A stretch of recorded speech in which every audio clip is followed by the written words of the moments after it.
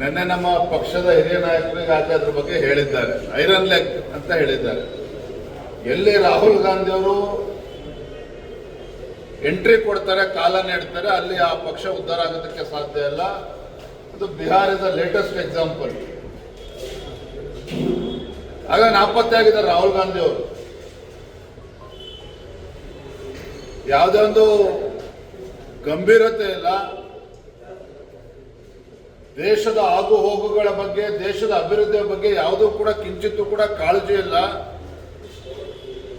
ಒಬ್ಬ ಹಿಂದುಳಿದ ನಾಯಕ ನರೇಂದ್ರ ಮೋದಿಜಿಯವರು ದೇಶದ ಪ್ರಧಾನಮಂತ್ರಿಯಾಗಿ 3ನೇ ಬಾರಿಗೆ ಕೇಂದ್ರದ ಅಧಿಕಾರದ ಚುಕ್ಕಾಣಿಯನ್ನು ಹಿಡಿದಿರುವಂತ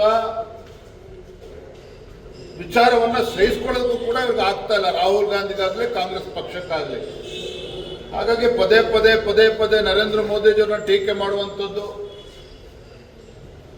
ವಿದೇಶಿ ನೆಲೆಗಳಲ್ಲಿ